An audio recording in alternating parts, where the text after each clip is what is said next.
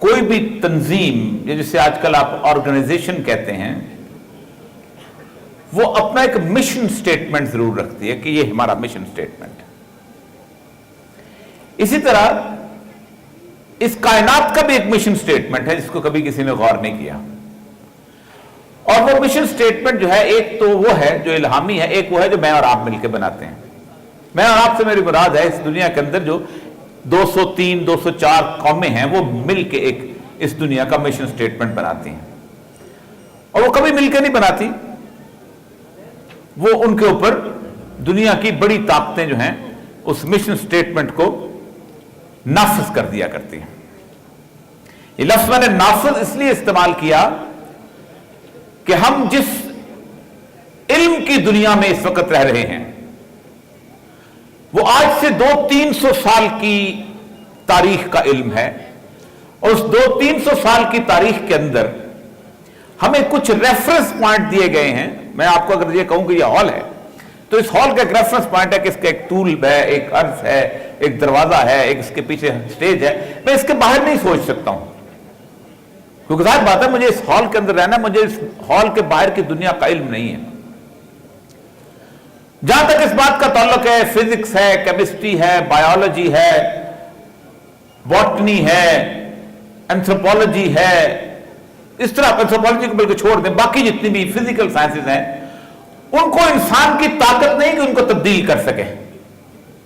دنیا میں کوئی بڑے سے بڑا سائنسدان بھی ایسا پیدا نہیں ہو سکا کہ جو کہے کہ میں میملز کی پیدا ہونے کی جو ایک سیکول ہے اس کو میں تبدیل کر دوں، میں فزیکل پراپرٹیز کو تبدیل کر دوں، میں کیمیکل پراپرٹیز کو تبدیل کر دوں، میں اس کائنات کے اندر جو سورج کی جو چلنے کی رفتار ہے میں اس کو تبدیل کر دوں، جو قرآن کا دعویٰ ہے نا کہ یا معاشر الجن والانس ان استطعتم ان تنفذوا من اقطار السماوات والارض، نکل جاؤ تم زمین و آسمانوں کی حد سے، لیکن تم نہیں نکل سکتے ہو کہ تم اس ریفرنس پوائنٹ کے اندر ہو، تم نے اس کائنات کے باہر سے تو دیکھا ہی نہیں ہے۔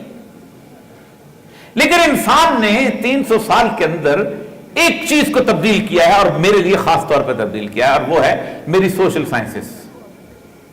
اس نے ایک پولیٹیکل سائنس کریٹ کی ہے، اس نے ایک سوشیولوجی کریٹ کی ہے، اس نے ایک اینتھروپولوجی کریٹ کی ہے، اور 300 سال تک مجھے علم پڑھایا گیا مستقل، والٹیئر کے زمانے سے لے کے، روسو کے زمانے سے لے کے، ہاپلاک کے زمانے سے لے کے، پتہ نہیں کون کون سے فلاسفرز آئے، ہربرٹ سپینسر تک آتے آتے انہوں نے ایک علم مجھے پڑھایا جس کی 2 بنیادیں تھیں۔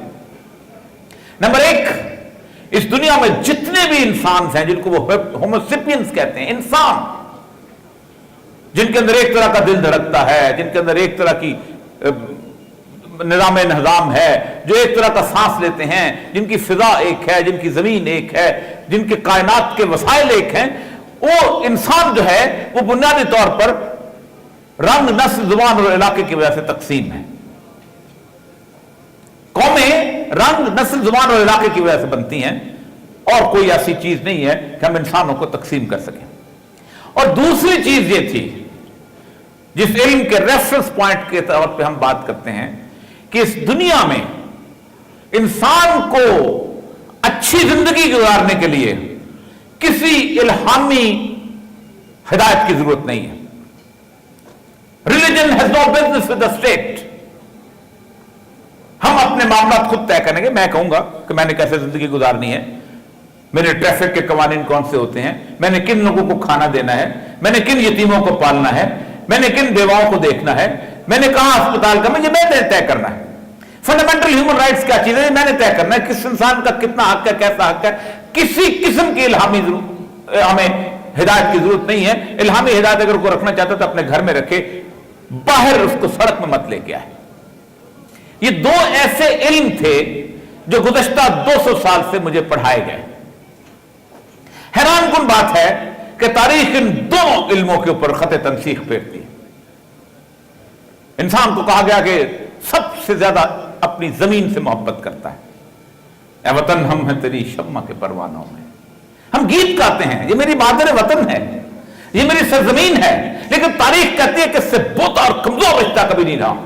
जिस दिन ये धरती मां, जिस दिन ये जमीन जानवरों के लिए घास उगाना बंद करती है, और जिस दिन ये जमीन इंसानों को पीने का पानी नहीं देती, लोग इस मां पे लानत भेजते हैं, किसी दूसरे की मां को फतह करने चले जाते हैं। कोई इस मां के साथ ना कहत में रहा है, ना बीमारी में रहा है, ना जल्जले में रहा है, ना आफत में रहा है, ना तूफानों में रहा है, बल्कि बेरोजगारी में भी कोई इस मां के साथ नहीं रहा। तुम इस रिश्ते की बुनियाद पे पूरी इंसानियत को तकसीम करते हो। दूसरा रिश्ता, रंग का रिश्ता, एक जैसा रंग। ये भी 4 दिहाइयां का, बल्कि 2 दिहाइयां पहले की बात है। दुनिया का सबसे बड़ा कत्लेआम जो था वो अफ्रीका में हुतू और तुत्सी कबाइल के अंदर हुआ था। एक जैसा रंग था, एक जैसे घुंघराले बाल थे, एक जैसे काला काला रंग था, एक जैसे मोटे मोटे होंठ थे। कहा तुम्हारी रगों में हुतू खून है, तुम्हारी रगों में तुत्सी खून है। 40 दिन के अंदर 10 लाख इंसानों की खोपड़ियों के महाल अमीर करा दिए गए। 10 लाख लोग 40 दिन के अंदर यूं ढेर लग गए थे इंसानों की लाशों के, जिसका आप तस्वर नहीं कर सकते। उसके बाद कहा गया नस्ल। आप लोग इंटरनेट के लोग हैं, आप बहुत सारे फॉर्म फिल करते होंगे, उसमें लिखा होता है are you Caucasian, are you Indian, are you Hispanic. Caucasian एक नस्ल तस्वर की जाती है, एक एंग्लो सैक्सन रेस है, एक वाइकिंग्स से चले हुए वहां के आबाद हुए हैं। 120 ईयर्स, 120 साल की वॉर ऑफ रोजेस रही है फ्रांस और इंग्लैंड के दरमियान। एक नस्ल थी, एक जुबान तो नहीं बात बोलते थे, लेकिन शायद उस वक्त बोलते भी थे होंगे, लेकिन एक दूसरे का गला काटते रहे। तो इंसानी तारीख ने रंग, नस्ल, जुबान और इलाके की इस तकसीम को नफी साबित किया। और दूसरा यह था कि religion has no business with us. इस इल्म की बुनियाद के ऊपर 1905 के आने तक उन्होंने मुझे पढ़ा दिया कि भाई तुम जाट हो, तुम गुज्जर हो, तुम पंजाबी हो, तुम पठान हो, तुम फ्रेंच हो, तुम ईरानियन हो, तुम सैसनिड्स से ताल्लुक रखने वाले हो, तुम पता नहीं क्या क्या कुछ हो, तो तुम इसी तरह एक कौम हो। और साथ ये भी पढ़ा दिया गया 1905 में पूरी दुनिया को यह कहा गया कि मजहब इसलिए रियासत का हिस्सा नहीं होगा कि मजहब लोगों को आपस में लड़ाता है, मजहब कत्लो खारिज करवाता है। ईसाई मुसलमान का गला काटता है, मुसलमान ईसाई का गला काटता है। 2000 साल तक यहूदियों की परसिक्यूशन होती रही है, पता नहीं क्या क्या कुछ। तो ये इससे निकालो यार, इस दुनिया से, इस मसले मजहब को, इससे निजात हासिल करो। 1905 में मजहब इस दुनिया की तमाम हुकूमतों से निकाल दिया गया। उसके बाद दुनिया में अमन आ जाना चाहिए था, दुनिया में सुकून आ जाना चाहिए था, दुनिया में खुशहाली आ जानी चाहिए थी। 1905 के बाद इस दुनिया ने 2 जंगें लड़ी हैं, पहली जंग अज़ीम और दूसरी जंग अज़ीम।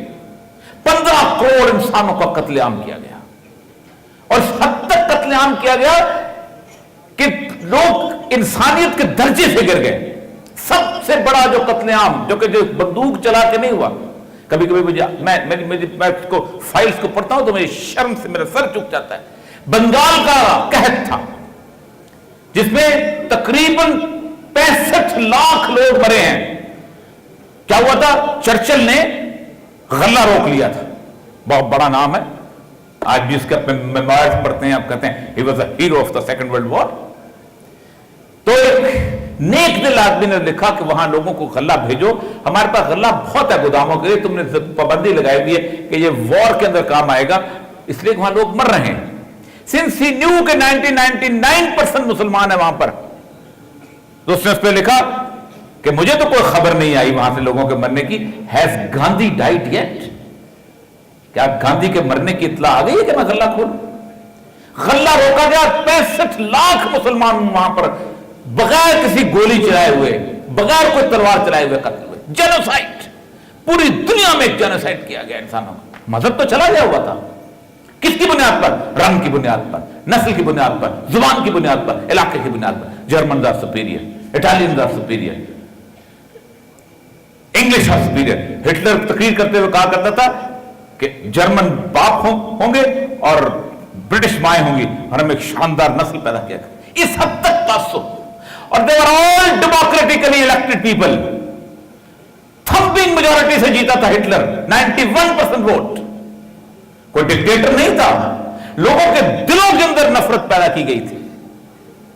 एक सिस्टम ऐसा बनाया गया था, डेमोक्रेसी को कहा जाता है कि it's a tyranny of the majority.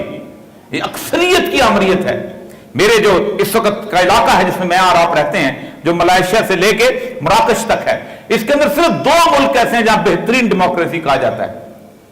Number 1 Bharat, tyranny of the majority. सोच नहीं सकता कोई हिंदू के अलावा कि उस मुल्क के हेड ऑफ अफेयर्स के ऊपर किसी दिन उसकी पॉलिसी या उसकी कम्युनिटी भी आएगी। और दूसरा, पूरे मशरक़ वस्ता के अंदर एक मुल्क है इजराइल, जहां अरब क्रिश्चियंस भी हैं, जहां अरब ज्यूज भी हैं और जहां अरब मुस्लिम भी हैं, लेकिन कोई तस्वर नहीं कर सकता अरब क्रिश्चियंस या अरब मुस्लिम के उसकी पार्लियामेंट जो कैंसर जिसको कहते हैं वहां पर मौजूद हो। तो एक तो ये था कि रिलीजन को उन्होंने, दूसरा उन्होंने कहा कि इस कौम को, इस दुनिया को कैसे तकसीम किया जाए।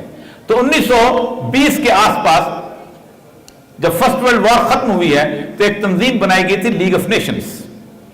उस लीग ऑफ नेशंस में 1920 में पासपोर्ट का डिजाइन पेश किया गया, पासपोर्ट का डिजाइन अप्रूव हुआ। 1922 के 23 के अंदर वीजा रेगुलेशन आई। 1924 में बॉर्डर सिक्योरिटी फोर्सेस कायम कर दी गई और उसके बाद पूरी दुनिया को एक बहुत बड़े चिड़ियाघर में तकसीम कर दिया गया। ये वो वक्त है, 1962 तक आते आते ये दुनिया तकसीम हुई है। ये जर्मन्स का पिंजरा है, ये इटालियंस का पिंजरा है, ये इंडियंस का पिंजरा है, ये ऑस्ट्रेलियंस का पिंजरा है, ये इवन ये लग्जमबर्ग का पिंजरा है, ये छोटे से ब्रसल्स के मुल्क बेल्जियम का पिंजरा है। जिस वक्त ये तकसीम की जा रही थी, मुझे अक्सर लोग कहते हैं कि जब मादरे वतन से मोहब्बत की बात करते हो, जो इकबाल कहता है इंताजा खुदाओं में बड़ा सबसे वतन है, जो पैरहन इसका है वो मजहब का कफन है, ये बुत के तराशीद तहजीब नबी है, गारत करे काशान दीन नबवी है, और बाजू तेरा तौहीद की कुव्वत से कवि है, इस्लाम तेरा देश से तू मुस्तफवी है, और नजारे देरीना जमाने को दिखा दे, ऐ मुस्तफवी खाक में इस बुत को मिला दे। जब इकबाल ये कहता था तो पाकिस्तान से मोहब्बत की बात क्यों करते हो? खुशकिस्मत हो आप लोग कि आप इस सरजमीन पर पैदा हुए हो। दुनिया में कोई मुल्क ऐसा नहीं है कि जिसका पैदा होने वाला, जिसके अंदर जिंदगी गुजारने वाला, जिसकी नेशनैलिटी लेने वाला सर बुलंद करके कहे कि मैं इसलिए खुशकिस्मत हूं। क्यों खुशकिस्मत हूं? जब ये तकसीम हो रही थी, मिस्र के लोगों ने कहा हम फरायने मिस्र के वारिस हैं, नील का दरिया हमारे वहां बहता है, हम वो लोग हैं कि जिन्होंने सदियों हुकूमत की है। अहराम में मिस्र देखो, अबुल हौल देखो, कहा तुम्हारा मुल्क है, तुम्हें ले लो, तुम मिस्री हो।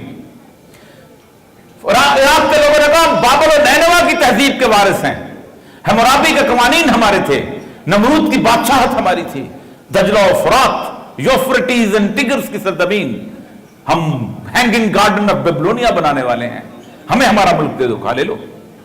ईरानी ने कहा सैसनेट, पर्सिपोलिस, हमारे यहां तो आग नहीं बुझती थी आतशकदा के अंदर, हम ईरानी हैं, हमने रोमन्स का मुकाबला किया इतना अरसा, हम तो वो थे कि जो नील के साहिल तक हमारी बादशाहत थी, हमें हमारा मुल्क दे दो, कहा ले लो। फ्रेंच ने कहा हमारी फिफ्टम्स ने पूरी यूरोप की उस अंपायर को खत्म किया था जो रोमन अंपायर की जाती थी, ग्रेटर रोमन अंपायर, हमें दे दो। हंगरी ने कहा एस्ट्रो हैंगरियन अंपायर हमारी थी, हम ऑर्थोडॉक्स चर्च के बायस थे, बानी थे, हमें मुल्क दे दो, खा ले लो। जिस वक्त ये तकसीम हो रही थी, मैंने कहा था मैं मोहम्मद हुसैन चीमा हूं, ये अर्जुन दास चीमा है, हम साग एक तरह का खाते हैं, हम भंगड़ा एक तरह का डालते हैं, हम हीर एक तरह के गाते हैं, मेरा भाई नहीं है क्योंकि ला इलाहा इल्लल्लाह मोहम्मद रसूलुल्लाह नहीं कहता। मैंने 1400 साल के बाद इस धरती के ऊपर बदर के मैदान की कैफियत पैदा की थी। क्या अली इब्ने अबी तालिब एक तरफ है और अकील इब्ने अबी तालिब दूसरी तरफ है, हमजा इब्ने अब्दुल मुत्तलिब एक तरफ है और अब्बास इब्ने अब्दुल मुत्तलिब दूसरी तरफ है। अबू उबैदा इब्ने जर्राह एक शख्स का सर काट के कान से पकड़ के लाए, रसूलुल्लाह ने पूछा उबैदा किसका सर है? कहा रसूलुल्लाह मेरा बाप था, आज के मुकाबले में आ गया, मैंने सर काट के लिया। And I went to Egypt ताकि मैं अरबी जुबान सीखूं, इसलिए कि हमने कुरान जो है उसको तर्जुमे से पढ़ना सीखा हुआ है। हम बुल्ले शाह का तर्जुमा उर्दू में करें हम तो हम कहते हैं मजा नहीं आया। पठान रहमान बाबा का तर्जुमा उर्दू में कर दिया, जो पश्तो को तुम्हें नहीं आती तो तुम ये कैसे समझते हो कि वक्त पड़ेगा खुदा आपकी मांगे रहमान, नहीं समझ सकते तुम। हम गालिब का शेर अंग्रेजी का तर्जुमा करें तो कहेंगे नहीं गालिब नहीं समझता, समझ आती जब तक उर्दू, लेकिन कुरान तुम अरबी में नहीं पढ़ते, तुम कुरान तुम तर्जुमे से पढ़ते, तुम्हारे पर कुरान नाफिल कैसे होगा? तो मैं कहता मैं वहां चला गया। उसके बाद उस शख्स ने वो सीखा, उसके बाद करते हो? यानी कि मैं पाकिस्तान से तलब करता हूं। पाकिस्तान कैसे बना था? जब उन्होंने उसको जवाब दिया तो उसने कहा I am the natural citizen of your country. 14 मई 1948 को जिस दिन डेविड बिन गुरियन इजराइल की सल्तनत के अंदर पहुंचा है, उनका कैंसर का इजलास हुआ है, तो उन्होंने कहा था every Jew living in any part of the world has a fundamental right to come to the Jerusalem and come to Israel and he will be a natural citizen of this country. और दूसरी बात उसने ऐलान किया था, उन्होंने कहा था we are not going to write down a book which will have a status more than Talmud and तौरात। हम कोई ऐसी किताब तहरीर नहीं करेंगे जिसकी हैसियत और तौकीर और इज्जत तालमुद और तौरात से ज्यादा हो। The constitution of Israel is Taurat. Israel का आईन तौरात है। आज 69 साल हो गए इजराइल ने अपना आईन नहीं बनाया है। नहीं, तौरात हमारा आईन है। पाकिस्तान में आईन की खिलाफवर्जी की सजा मौत है। क्या पाकिस्तान में कुरान की खिलाफवर्जी की सजा मौत है? इसका मतलब है कि पाकिस्तान का आईन कुरान पाक से मुकद्दम है। मुझे कहा जाता है कि कुरान में हजारों इख्तिलाफात हैं, हम कैसे उसको नाफिज करेंगे? पाकिस्तान के आईन की एमकेएम की इंटरप्रिटेशन और है, जमात इस्लामी की इंटरप्रिटेशन और है, पीपल्स पार्टी की इंटरप्रिटेशन और है, किसी और कानूनदान की इंटरप्रिटेशन और है। पाकिस्तान का आईन पूरा खुले यहाँ पर पहले ये खिलाफ तो हल करो। एक इंटरप्रेटिव कोड होती है कॉन्स्टिट्यूशन और कानून नाफिज होता है।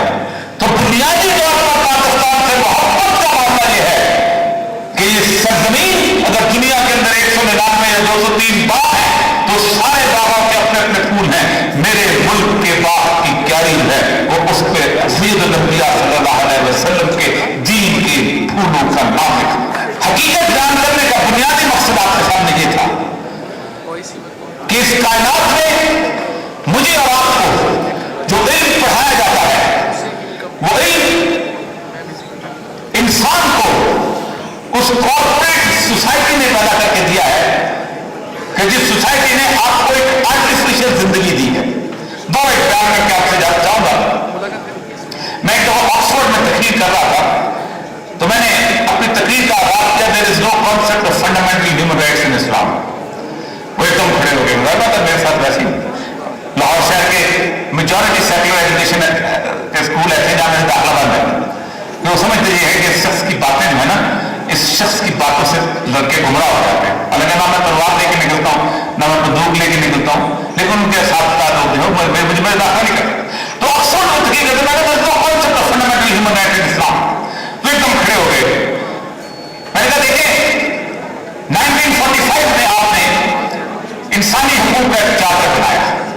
उस चार्टर के तहत कहा कि man has the right fundamental right of life, man has the fundamental right of education, he has the right of name, he has the right of domicile, he has the right of nationality, he has the right of physical care.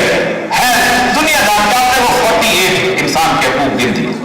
अब उन इंसानी हकूक के मुताबिक अगर दुनिया का एक मुल्क 5 लाख बूढ़ों को बेहतरीन ओल्ड एज होम में रखता है जहां हर तरह की नर्सिंग केयर शामिल है, जहां हर तरह की रेक्रिएशनल फैसिलिटी शामिल है, जहां दुनिया की बेहतरीन फूड और न्यूट्रिशन वैल्यू की चीजें मौजूद हैं, जहां उनके खाने के, खिलाने के, उठने के, बैठने के, चलने के, फिरने के लिए दुनिया मौजूद है।